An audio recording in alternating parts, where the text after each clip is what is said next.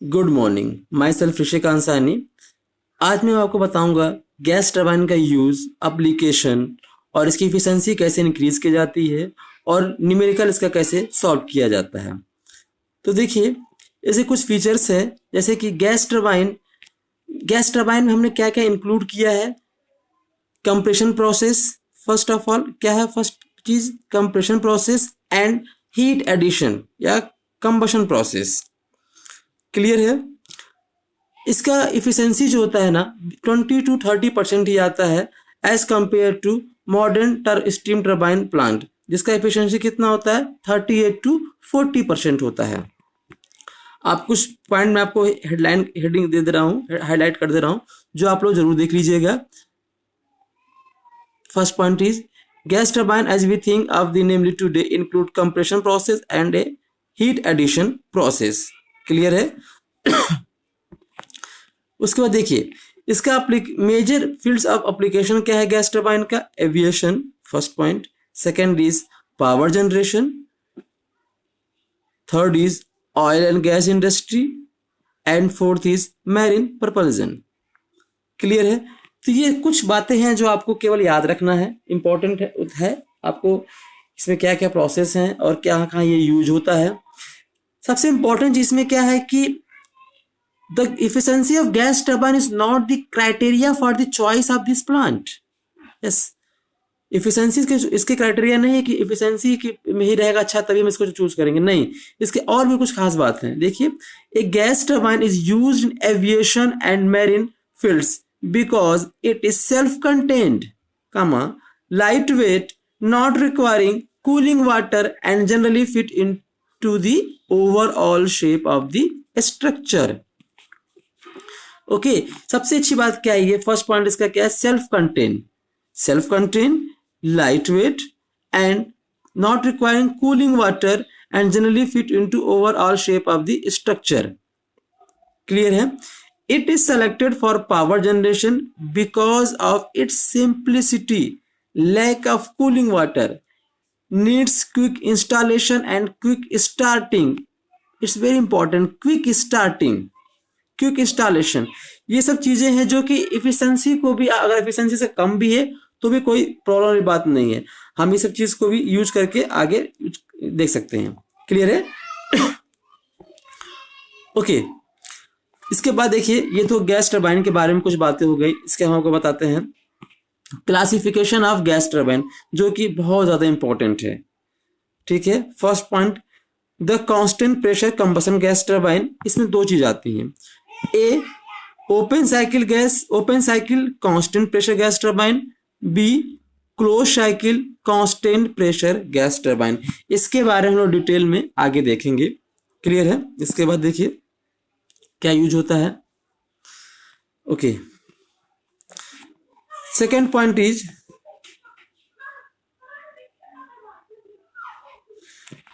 Constant volume combustion gas turbine, constant volume combustion gas turbine. Clear है। But ये इतना खास इंपॉर्टेंट नहीं है, फिर भी आप देख लीजिए इसको, क्योंकि एग्जाम में उतना नहीं आता है। जो हमारा आता है open cycle combustion gas turbine ही आता है। क्लियर है। उसके बाद देखिए, most important thing is merits of gas turbine over IC engine over steam turbine. ये अक्सर क्वेश्चन में पूछा जाता है, तो इसको एक बार नोट्स आप जरूर बना लीजिएगा।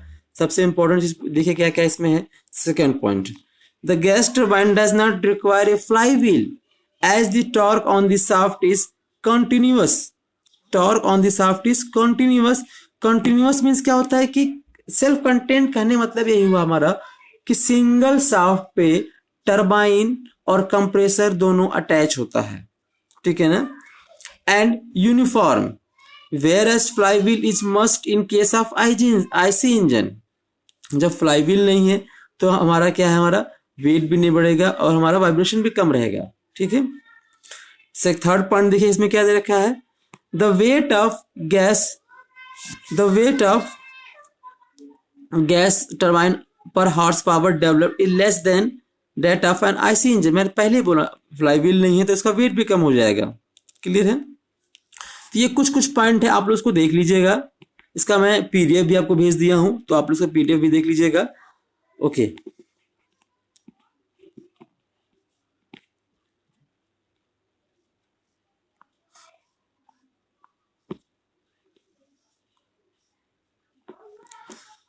इसके बाद क्या है,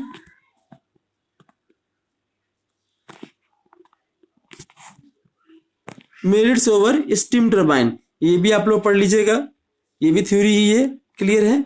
उसके हम लोग देखते हैं।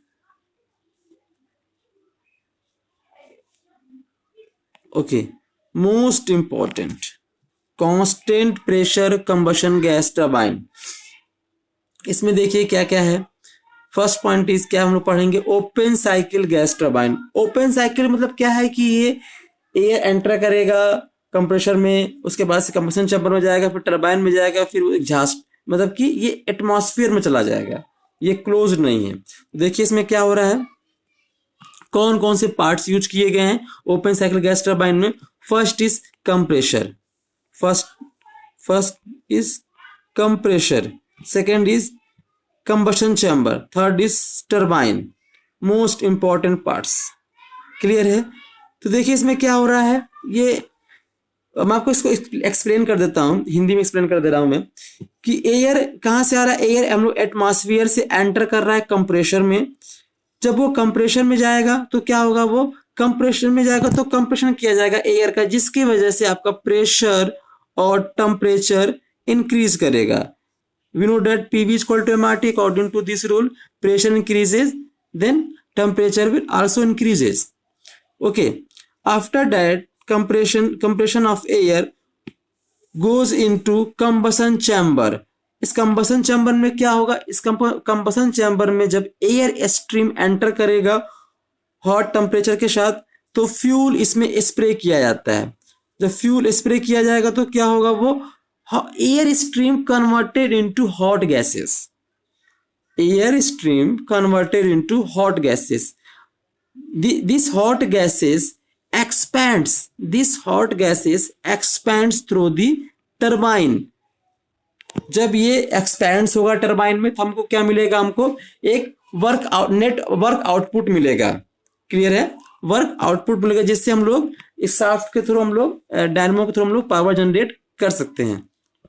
उसके बाद जब एक्सपेंशन होने के बाद जो एयर होगा वो कहां पर चला जाएगा, एटमॉस्फेयर में। कहां चला जाएगा, ये एटमॉस्फेयर में। तो मैं इसको फिर से एक्सप्लेन कर देता हूं।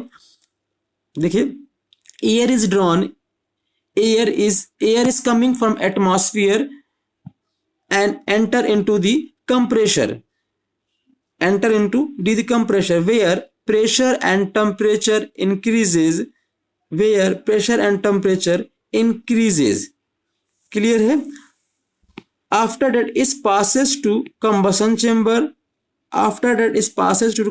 chamber, where energy is supplied in the combustion chamber by spraying the fuel into the air stream, and resulting the hot gases expand through the turbine to the atmosphere. In order to achieve net work output from the unit, the turbine must develop more gross work output than the required to drive the compressor and to overcome mechanical losses in the drive. तो इसमें क्या कहना चाह रहा है, इसमें यह कहना चाह रहा है कि टरबाइन को इतना आउटपुट प्रोड्यूस करना पड़ेगा जिसकी हेल्प से कंप्रेसर भी आपका चल सके, क्लियर है, क्योंकि ये सिंगल शाफ्ट पे अटैच है। तो टरबाइन, मान लीजिए एग्जांपल देता हूं मैं आपको कि टरबाइन आपका 10 यूनिट्स आपका आउटपुट दे रहा है, तो एटलीस्ट, और कंप्रेसर तो कम से कम आपका 6 यूनिट लेगा, ठीक है। तो ये अगर ये आपका यूनिट 6 यूनिट ले रहा है और अगर ये 10 प्रोड्यूस कर रहा है तब तो ठीक है। अदरवाइज अगर ये 6 प्रोड्यूस कर रहा है टरबाइन और कंप्रेसर हमारा 6 यूनिट ले रहा है, तो ये नहीं चल पाएगा, इससे आपको कोई पावर नहीं मिलेगा। और क्योंकि कुछ मैकेनिकल लॉसेस भी हैं, उसको भी और कम करना है, इसलिए हमारा 10, तो 6 ये कंप्रेसर ले लिया प्लस 2 हमारा मान लीजिए लॉसेस में चला गया, तो 8 हमारा कंज्यूम हो गए, तो 2 यूनिट्स हमारा ये बचेगा हमारा पावर जनरेशन के लिए। तो इस पैराग्राफ में यही बताया है कि टरबाइन को इतना आउटपुट प्रोड्यूस करना है ताकि वो मैकेनिकल लॉसेस और कंप्रेशर को चला सके। ठीक है, मैकेनिकल लॉस ओवरकम कर सके और कंप्रेशर को वो चला सके। इसीलिए इसको देखिए सेल्फ कंटेंट क्यों बोला गया है? सेल्फ कंटेंट इसीलिए बोला गया क्योंकि ये सिंगल शाफ्ट पे सब कुछ अटैच है, कंप्रेसर भी अटैच है, टरबाइन भी अटैच है, जिससे आपका वर्क आउटपुट भी मिल रहा है। ठीक है, ये तो लेआउट एक्सप्लेनेशन हो गया। ये आपका क्या हो गया? Layout explanation. इसके बाद हम बताएंगे आपको टीएस डायग्राम में कैसे ये इसको हम लोग एक्सप्लेन करेंगे। तो देखिए अभी आपने देखा होगा इससे पहले लेआउट, इसमें क्या था? कंप्रेशर था, कंप्रेशर बाद वो कंबसन चैम्बर में जा रहा था, कंबसन चैम्बर के बाद कहाँ जा रहा था? वो टरबाइन में जा रहा था, टरबाइन बाद चला गया था ये आपका एटमॉस्फेयर में, और ये 1 हो गया, और ये 2' हो गया, और ये सीसी हो गया, और ये कंप्रेशर हो गया, और ये टरबाइन हो गया, ये सिंगल शाफ्ट हो गया, वर्क मिल रहा है आपको। देखिए यहाँ पे क्या हो रहा है? यहाँ पे आपको अच्छे से समझ में आएगा। 1 से 2 पहले चीज देखो, P1 P2 ये क्या शो कर रहा है? Constant pressure. जो भी हमारा कोई भी प्रोसेस हमारा होगा ये कांस्टेंट प्रेशर पे वो air constant pressure air coming from atmosphere. तो ये जो P1 एटमॉस्फेरिक लेवल को शो कर रहा है, enter into the compressor where pressure and temperature increases. देखिए पहले T1 था मिनिमम टेम्परेचर, T1 था आपका मिनिमम टेम्परेचर, अब कितना हो गया आपका? T2 या T2 बोलिए आप इसको। ठीक है, प्रेशर एंड टेम्परेचर इंक्रीजेस। तो इस फिगर में देखिए यहाँ पे क्या दिखाया गया है? T2 एक है और एक क्या है? T2 है। अगर मैं आपसे बात करूं 1 से 2 क्या है? Straight line. 1 से 2 क्या है? Straight line. ये क्या हो रहा है आपका? Ideal isentropic compression. तुम लोग क्या बोलेंगे? 1 से 2 आइडियल आइसेंट्रोपिक कंप्रेशन। 1 से 2' क्या है? 1 से 2' this is not a straight line. ये क्या आपका? कर्व टाइप आपका, ये डाइवर्ज टाइप का है। क्लियर है? ठीक है, थोड़ा सा कर्व है इसमें, तो इसको हम लोग क्या बोलेंगे? इरिवर्सिबल। डॉटेड जो आपको शो कर रहा है 1 से 2' डॉटेड लाइन जो शो कर रहा है, इरिवर्सिबल कंप्रेशन प्रोसेस। उसके बाद देखिए 2' से 3 क्या शो कर रहा है? CC means combustion chamber. जहां पे अब T2' पे क्या है? एयर स्ट्रीम कहाँ एंटर कर रहा है? कंबशन चैम्बर में, जहां पे हम लोग क्या करते हैं? फ्यूल को इंजेक्ट करते हैं। जब फ्यूल इंजेक्ट होता है तो ये air stream converted into hot gases. तो इस टीएस डायग्राम में मैक्सिमम टेम्परेचर किसका है? T3। तो जब भी क्वेश्चन आपको लगाएंगे तो T3 आपको नहीं बोलेगा T3 टेम्परेचर ये नहीं, आपको ये बोलेगा कि मैक्सिमम टेम्परेचर। तो open cycle constant pressure gas turbine जो मैक्सिमम टेम्परेचर होता है वो क्या है हमारा? T3। और ये T1 क्या है हमारा? T1 क्या है? Minimum temperature. तो आपको 2 डाटा दिया रहेगा। देखिए T1 आपका ये क्या है? मिनिमम टेम्परेचर, और T3 क्या है हमारा? Maximum temperature. ये 2 डाटा आपको दिए रहेंगे। क्लियर है? तो मिनिमम मतलब क्या होगा? T मिनिमम मतलब T1, और T मैक्स मीन्स क्या हो गया आपका? ये T3। क्लियर है? तो ये रोड दिया रहेगा। अब देखिए hot gases enter into the turbine where it expands. Clear है? T3 से सॉरी आप भी देखो T3 मत हम आपको बोल रहे हैं 3 से 4 क्या रिप्रेजेंट कर रहा है? Ideal isentropic compression. And 3 to 4' क्या शो कर रहा है? Irreversible adiabatic compression. 1 से 2' क्या है? Irreversible adiabatic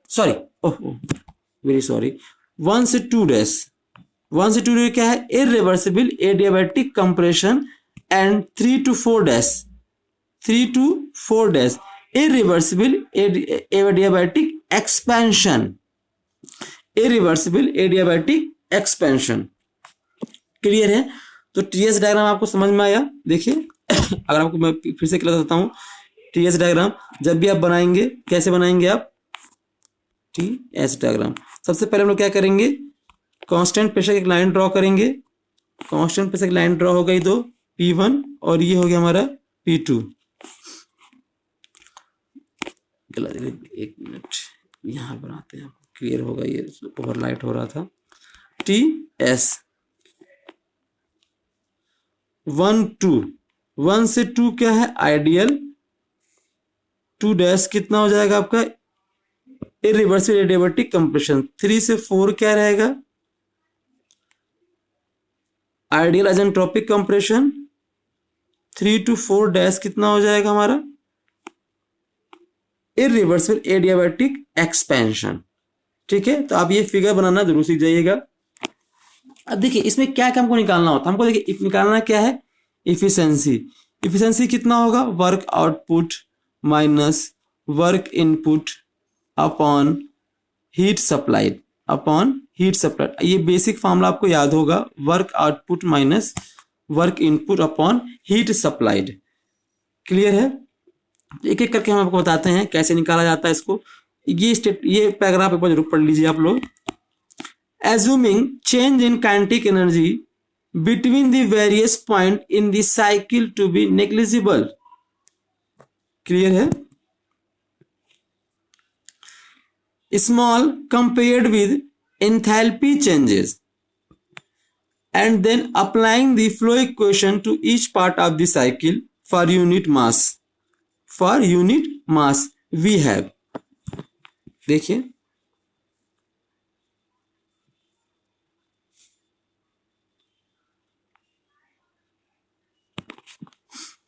first of all देखिए पहले हम लोग निकालेंगे किसका, कंप्रेशर की बात करेंगे। सब कुछ पहले हम लोग कंप्रेशर के बारे में पढ़ लेंगे, उसके बाद हम लोग टरबाइन के बारे में पढ़ेंगे। ठीक है, तो देखिए कंप्रेशर में देखिए क्या है, वर्क इनपुट। वर्क इनपुट हमको पता है कि m CPDT, ये फॉर्मूला हमको पता है। अभी हम क्या ले चले, यूनिट मास को लेकर चल रहे हैं। अभी क्या फिर क्या बचेगा, CPDT। तो देखिए यहां पे कैसे निकालेंगे हम लोग, इक्वल टू, इस फॉर्मूले में क्या होगा, वर्क इनपुट, अगर हम रियल की बात कर रहे हैं वर्क इनपुट तो कितना हो जाएगा, वर्क इनपुट बराबर CP ब्रैकेट में T2 डैश माइनस T1, ये हमारा क्या हो जाएगा, work input.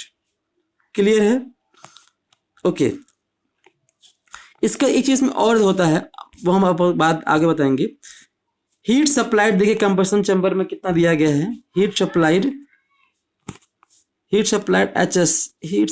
HS equal to कितना हो जाएगा हमारा, CP ब्रैकेट में T3 minus T2 dash. Okay, clear है? उसके बाद देखिए टरबाइन में क्या देखेंगे हम लोग, work output equal to CP T3 minus T4 dash. Clear है? तो देन थर्मल एफिशिएंसी कैसे निकालेंगे, नेटवर्क आउटपुट कैसे निकालेंगे, नेटवर्क आउटपुट इक्वल टू कितना हो जाएगा, work output minus work input equal to, इसको हम सॉल्व करेंगे तो हम लोग क्लियर, इसको सॉल्व करके हम लोग निकाल लेंगे। और इफिशिएंसी को पता ही है, efficiency equal to net work output upon heat supplied. Clear है? इसके बाद देखिए कंप्रेशन आइसेंट्रोपिक इफिशिएंसी क्या होता है, इस क्वेश्चन में आपको अक्सर दिया रहेगा कंप्रेशन आइसेंट्रोपिक एफिशिएंसी। इसको निकालने के लिए क्या देखेंगे हम लोग, देखो एफिशिएंसी हमको पता है 1 से कम होता है, तो क्या हो जाएगा यहाँ पे, ये ideal upon real, ideal upon real. इस फिगर में देखिए क्या दे रखा है, इस फिगर में क्या हो जाएगा, सीपी आइडियल कितना है हमारा T2 माइनस T1, रियल कितना है CP T2 dash minus T1। ये कट जाएगा सीपी सीपी, तो कितना बचेगा आपको, देखिए इस फिगर में ये फॉर्मूला आपका बन के आएगा compressor isentropic efficiency T2 upon T2 minus T1 upon T2 dash minus T1। क्योंकि ये लेंथ जो T2, ये आपको जो लेंथ है ये लेस देन दिस लेंथ, ठीक है ना। ऐसा क्यों हुआ, देखिए वर्क हम लोग ये एज्यूम, अगर कोई आइडियल केस होगा, एज्यूम करते हैं कि कंप्रेशन में क्या कहते हैं, वर्क इनपुट रिक्वायर्ड होता है, तो हम ये चाहते हैं कि कम से कम वर्क इनपुट रिक्वायर्ड हो, कम से कम वर्क इनपुट रिक्वायर्ड। तो आइडियल केस अगर होगा तो वहां पे कम से कम वर्क इनपुट रिक्वायर्ड होगा, बट रियल केस में ऐसा नहीं होता। इसलिए क्या हुआ, ये जो लेंथ है वो थोड़ा सा आपको ज्यादा नजर आ रहा है, ज्यादा आपको शो हो रहा है, ठीक है। Clear, simply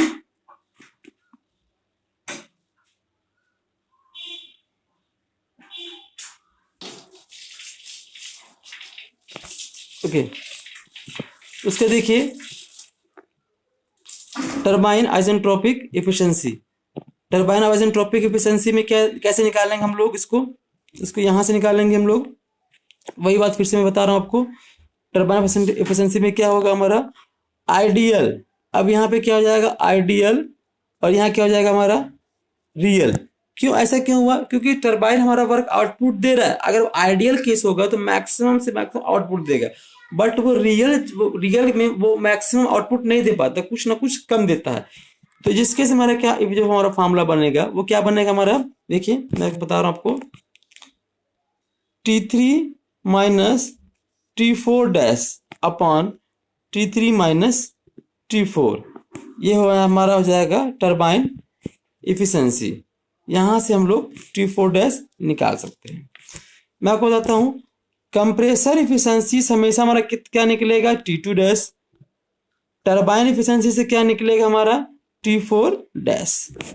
compressor efficiency T2 dash and turbine efficiency क्या निकलेगा T4 डैश निकलेगा। क्लियर है, देखिए इसके बाद क्या है जो हमने निकाला है T3 डैश और T3 minus T4 dash upon T3 minus T4। Clear है। इसके बाद जो टॉपिक आता है वो हमारा क्या है, method of improvement of thermal efficiencies, method of improvement of thermal efficiencies of open cycle gas turbine plants. इसको मैं आपको बता चुका हूं, फिर भी मैं आपको एक बार फिर से इसका मैंने अलग से वीडियो बनाया है, उसको मैं डाल दूंगा। इंटरकूलिंग का मैं आपको अभी बताता हूं, रीहीटिंग का फिर हम लोग पढ़ेंगे इसके बाद। जनरली आपको मैं ओवरऑल आइडिया दे देता हूं इसमें। देखिए first one is intercooling, first one is intercooling. Intercooling में क्या होता है, दो कंप्रेसर के बीच में हम लोग एक इंटरकूलर यूज करते हैं। क्लियर है।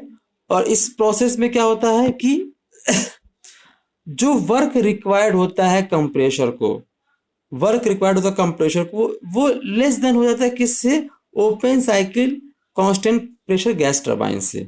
कैसे होता है मैं आपको बताता हूं। यहाँ पे देखिए, यहाँ पे क्या दे रखा है, इंटरकूलिंग में a compressor in a gas turbine cycle utilize the major percentage of power develop by the gas turbine.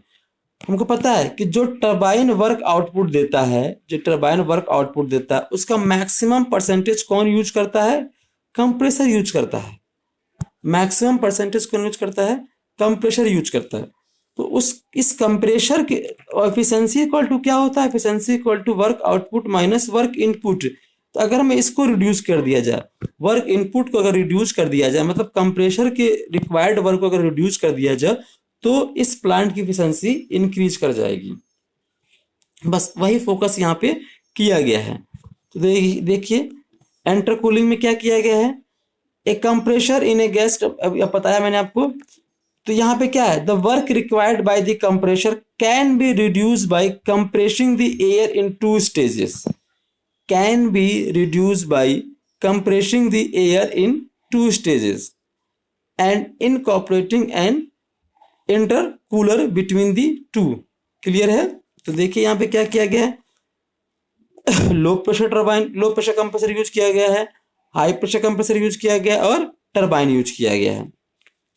Actually इसमें क्या होता है, जब यहाँ पे एयर कहाँ से आता है, एयर एटमॉस्फेयर से आता है, एंटर करता है लो प्रेशर कंप्रेसर में। तो लो प्रेशर कंप्रेसर में एंटर करेगा तो क्या होगा, प्रेशर और टेम्परेचर आपका इंक्रीज करेगा। उसके बाद ये एयर स्ट्रीम जिस जहाँ पे एयर का टेम्परेचर इंक्रीज किया हुआ है वो कहाँ पे एंटर करेगा, इंटरकूलर में। इंटरकूलर में क्या होता है कि इसका टेम्परेचर डाउन होता है, कांस्टेंट प्रेशर पे टेम्परेचर इसका क्या हो जाता है, ड्रॉप। अगर आप यहाँ T2 डैश पे हैं, अगर यहाँ पे T2 डैश ये है तो T3 क्या पे होगा, ये होगा आपका। एट कांस्टेंट प्रेशर पे क्या होगा, आपका टेम्परेचर आपका डाउन हो जाएगा।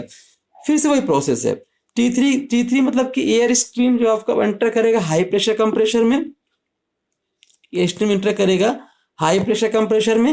हाई प्रेशर कंप्रेसर के बाद यहाँ पे क्या होगा, आपका प्रेशर और टेम्परेचर फिर से इंक्रीज करेगा और वो कंबशन चैम्बर में एंटर करेगा, जहाँ पे एनर्जी सप्लाइड करने के बाद वो हॉट गैसेस में कन्वर्ट होता है और वो एक्सपैंड्स होता है टरबाइन के थ्रू। इस पूरे लेआउट को हम आपको TS डायग्राम में समझाते हैं, ठीक है। देखिए मोस्ट इंपॉर्टेंट थिंग, 1 से 2 क्या था आपका, लो प्रेशर कंप्रेसर। तो यहाँ पे लो प्रेशर कंप्रेसर में क्या हुआ, आपका प्रेशर और टेम्परेचर आपका इंक्रीज किया। देखिए यहाँ पे मिनिमम टेम्परेचर है और यहाँ पे इंटरमीडिएट टेम्परेचर T2 है। तो T2 is greater than T1, T2 is greater than T1 due to compressing of air, okay. ये एयर स्ट्रीम जब वो एंटर करता है 2 से 3 के बीच में क्या लगा हुआ है, इंटरकूलर। 2 से 3 के बीच में इंटरकूलर लगा हुआ है, जहां पे टेम्परेचर आपका ड्रॉप हो रहा है एट कांस्टेंट प्रेशर पे। एट कांस्टेंट प्रेशर पे टेम्परेचर क्या हो रहा है, आपका ड्रॉप हो रहा है। क्लियर है?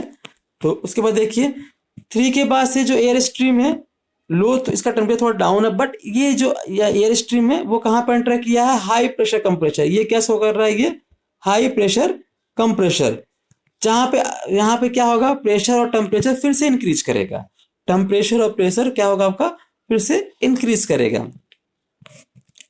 T4 से 5 क्या शो कर रहा है, आपका कंबशन चैम्बर, जहां पे फ्यूल स्प्रे किया जाता है किसके ऊपर, एयर स्ट्रीम के ऊपर। Air stream converted into hot gases, this hot gases expands through the turbine 5 to 6 process.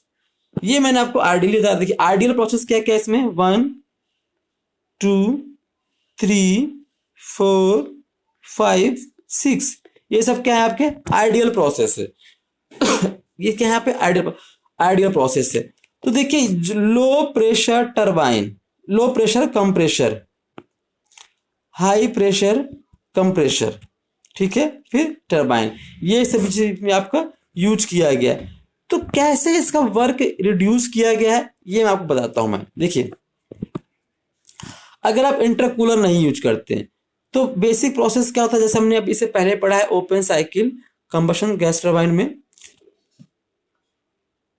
TL- minus T1 total यहां से लेके यहां तक, सॉरी ये कैसे कर रहा है, ये TL- माइनस T1 क्या है, विदाउट इंटरकूलर। अगर आप यूज करते तो डायरेक्ट होता TL- से यहां तक आपका कंबशन चैम्बर होता, फिर वो एक्सपेंड्स होता। बट यहाँ पे क्या हुआ है, ये 2 स्टेप में हमने इसको कंप्रेस किया है, 1 से 2 डैश प्लस 3 से 4 डैश। कंप्रेस किया है। तो देखिए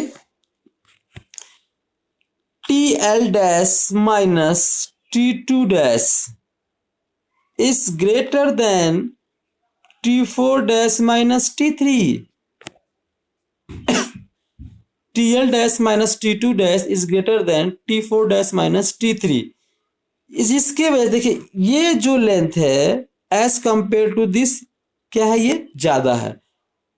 तो ये हमारा अगर ये हमारा टोटल होता, अगर ये हमारा टोटल है तो ये हमारा क्या है, यहाँ पे ये लेंथ क्या है, कम है, जिसकी वजह से हमारा वर्क रिक्वायर्ड क्या होता है, कम हो जाता है। एग्जाम्पल आपको देता हूं, एग्जाम्पल देखिए, if TL dash minus T1 equal to 10, if TL dash minus T1 equal to 10, it means T2 dash minus T1 plus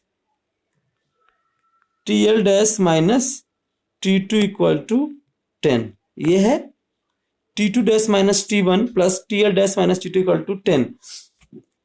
okay, अब जो बेसिक स्टेप हमारे देखिए इसमें क्या किया मैंने, जो दो प्रोसेस में हमने कंप्लीट किया है, T2 dash minus T1 plus T3 minus T4 dash,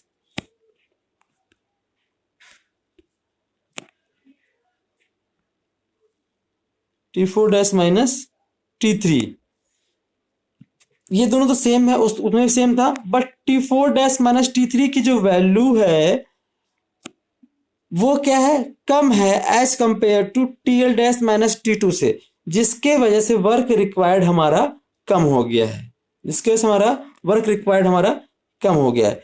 तो यहाँ पे देखिए, यहाँ पे इस पैराग्राफ में लिखा हुआ है, इसका आप जरूर देख लीजिएगा।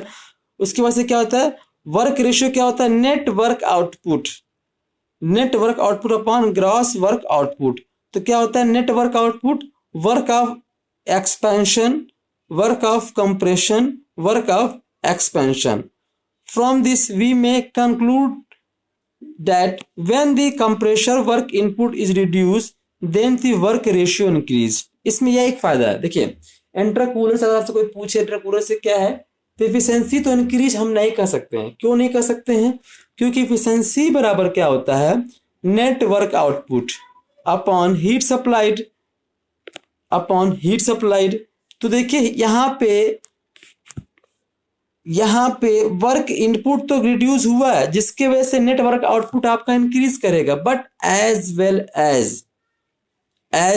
एज हीट सप्लाइड भी इंक्रीज किया है, T4 डैश से T5 ये भी तो इंक्रीज किया है। तो हम इसको कंफर्म नहीं कर सकते, इसलिए एफिशिएंसी में इंक्रीज हुआ है कि डिक्रीज, इंक्रीज हुआ है कि नहीं हुआ है, हमें कंफर्म नहीं कर सकते। लेकिन हाँ, वर्क रेशियो हमारा इंक्रीज किया है। तो इसका कंक्लूजन क्या होगा इंटरकूलर का, कि वर्क रेशियो इसमें इंक्रीज कर जाता है।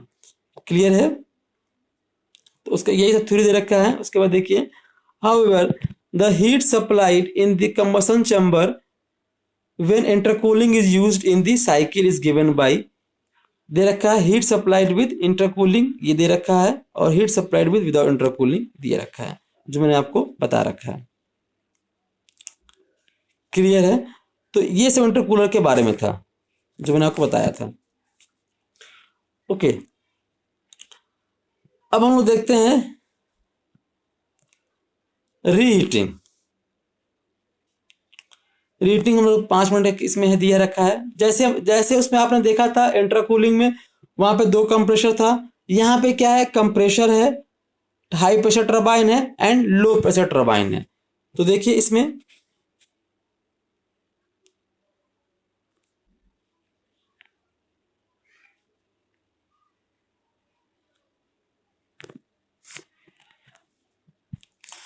the output of a gas turbine can be amply improved by expanding the gases in 2 stages with a reheater between the two. The high pressure turbine drives the compressor. The high pressure drives the compressor, and low pressure turbine provides the useful power output.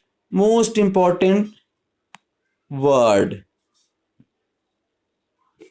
High pressure turbine क्या होगा, high pressure turbine से क्या हो रहा है, compressor चलेगा, और लो pressure turbine से क्या मिलेगा, पावर जनरेशन होगा।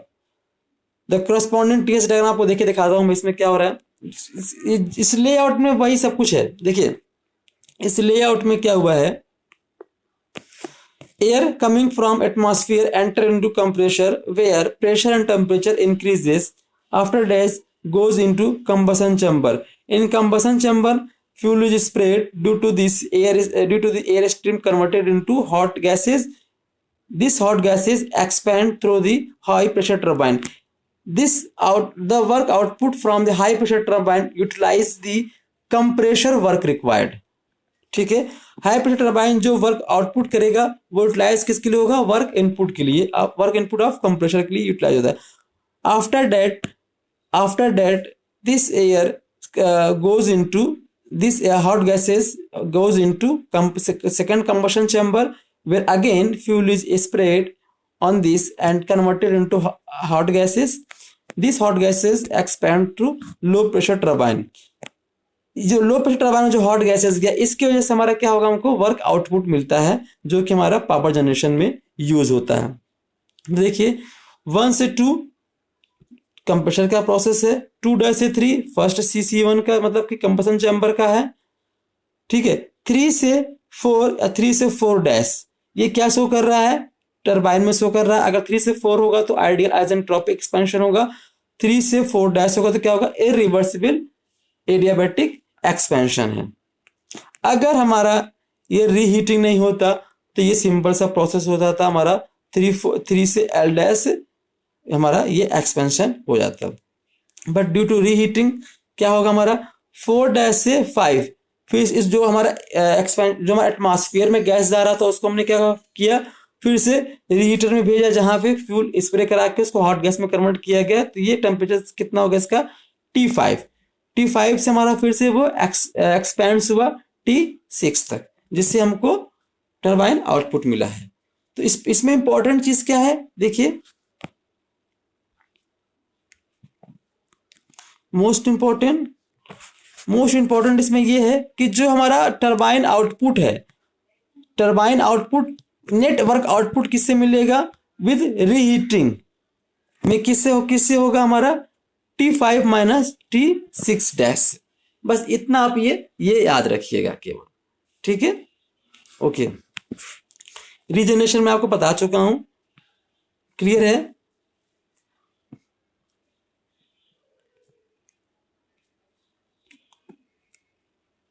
उसके बाद एक क्वेश्चन देख लीजिए,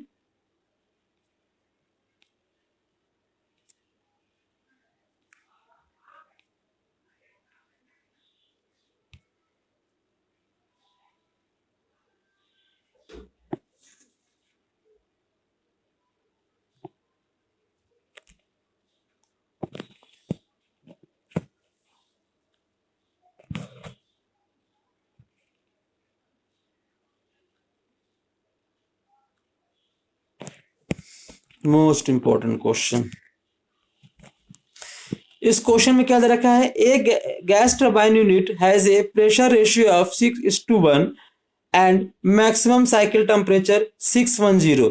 मैंने आपसे बोला था मैक्सिमम साइकिल टेम्परेचर क्या रहेगा, T3, क्या रहेगा, T3। The isentropic efficiency of the compressor, isentropic efficiency जो मैंने आपको ओपन साइकिल में बताया था 0.80 एंड टरबाइन कितना है आपका 0.82।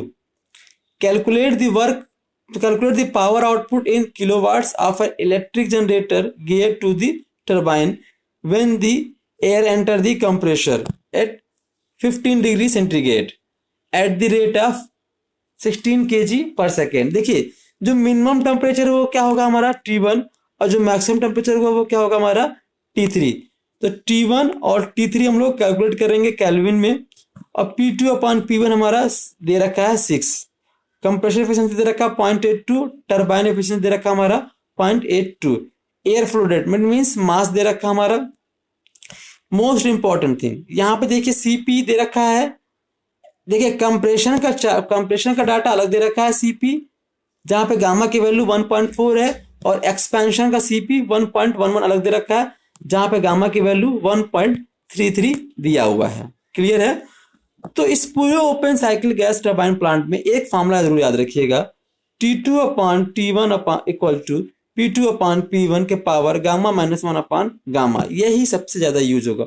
और ये आइसेंट्रोपिक प्रोसेस के लिए केवल है, मीन्स 1 से 2 या 3 से 4 के लिए केवल लगेगा। तो देखिए इस प्रोसेस हम लोग क्या निकालेंगे, T2 की वैल्यू निकालेंगे। T2 अपॉन T2 यहां से निकालेंगे तो कितना आ जाएगा हमारा T2 की वैल्यू, इसको कैलकुलेट कर लेंगे। उसके बाद कंप्रेसर एफिशिएंसी से हम लोग क्या निकालेंगे, कंप्रेसर एफिशिएंसी हम लोग T2 डैश की वैल्यू निकालेंगे, ये हमको पता है। ठीक है, तो देखिए यहां से आपने क्या निकाल लिया,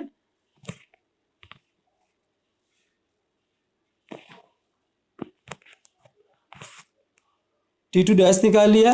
कंप्रेसर एफिशिएंसी से हमारा T2 निकल गया हमारा उस फॉर्मूले से। Compressor efficiency formula T2 minus T1 upon T2 dash minus T1 से हमने T2 डैश निकाल लिया, ये निकल गया।